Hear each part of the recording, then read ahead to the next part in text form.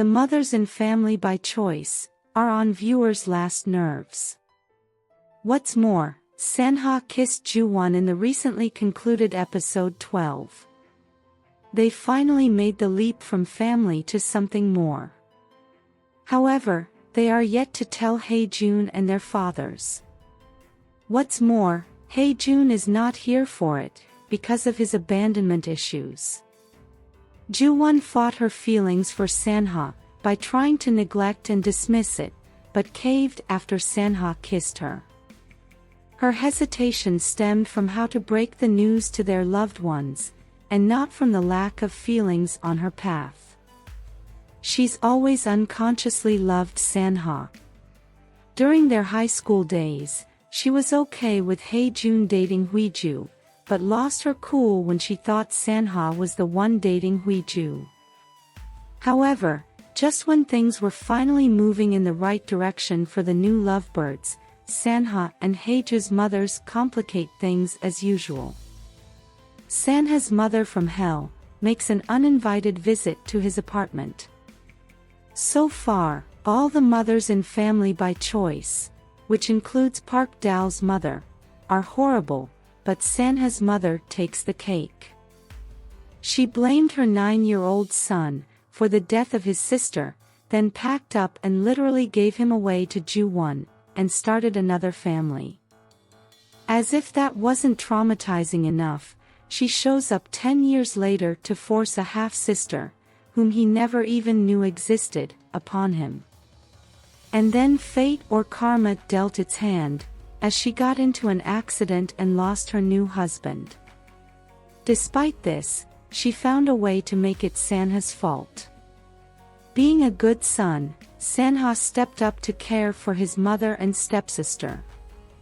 He gave them 10 years of his life, leaving all he's come to love and care about behind in Hae-dong. Still, his mother is clinging on, not ready to let him go, despite the misery she causes him. Sanha was able to break free by the skin of his teeth, to return to Hae-dong. So he is now a teenager, and they can cope without Sanha, but Jung-hee has an obsessive fixation on Sanha, a son she once discarded. After meeting with Sanha's dad, she felt her shackles on Sanha could loosen. She used the excuse of seeing the ocean to return to Hae-dong. What's more, with her question to So-hee, she could be planning to live in Hae-dong, if her manipulating tactics fail. While waiting for Sanha, she finds her way to his room. Upon hearing of his mother's unexpected visit, Sanha races home. Jung-hee unleashes her manipulating tactics on Sanha, trying to guilt-trip him. But this time, Sanha stands firm, and Jung-hee hits him in the face. You could see the regret on her face, as Sanha maintained his stand, about not returning to Seoul with her and So-hee. At this point, Sanha's father needs to step up, as his mother needs to face the reality of what happened the night their daughter died. He allowed her excesses because he knew she was emotionally weak. But to condone it at the expense of their son's mental health is inappropriate. They both neglected their young kids, leaving them alone at home. Sanha did all he could as a 9-year-old, with no adult at home. Watching his sister die is a trauma his parents should have found a way to heal, but instead, he was left to his own devices and blamed for his sister's death. Meanwhile, Hae-Jun is also having a tough time because of his mother. Finding out that she was close by, and happy without him, hurt him more than he showed. Ju-won and Sanha are real, forgoing to confront his mother on his behalf. As usual, Ju-won didn't hold back in conveying her thoughts, letting Hae-Jun's mother know how much she'd hurt her son. Understandably, Seo-hyun killed someone and probably went to jail for it. This could be why she lost touch with her son and Jung Jae. However, she's been out for some time now, and seems to be doing well for herself. She may think that staying away from Hae-Jun is the best she could do for him, so he wouldn't be labeled the son of a killer. However, she ended up traumatizing her son. Hae-Jun has abandonment issues, which stem from his mother's abandonment. He finally gathers the courage to meet his mother, but sees her touchy with a man.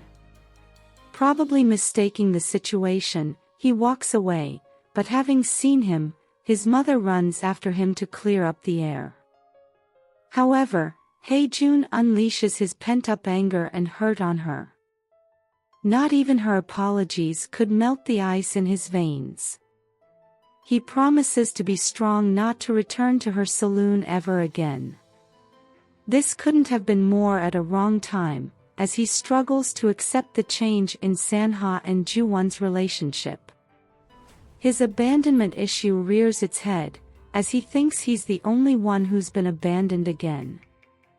The last episode cleared his stance when it comes to Ju-won romantically. He has no romantic feelings for her, but proposes marriage to her because he longs to belong, and cement himself as a family member legally. It's sweet of Ju-won to see through him, and reassure him of his permanency in their lives. He and Park Dal are cute together and will make a good couple.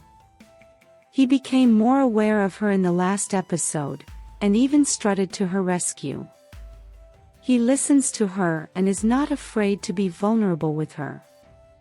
Just when he thinks the world has abandoned him, because of his mother, Sanha and Ju-won's relationship, Hae-Jun gets a confession from Park Dal. She finally confesses to him after 10 years.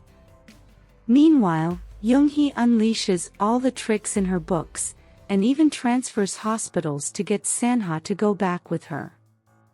Steadfast in his decision, Sanha has a heart-to-heart with his stepsister, who also sees through their mother's BS, for lack of words. Their years apart did Ju-won well. Unlike when she'd cling to Sanha, begging him not to leave, she lets him decide what's best for him.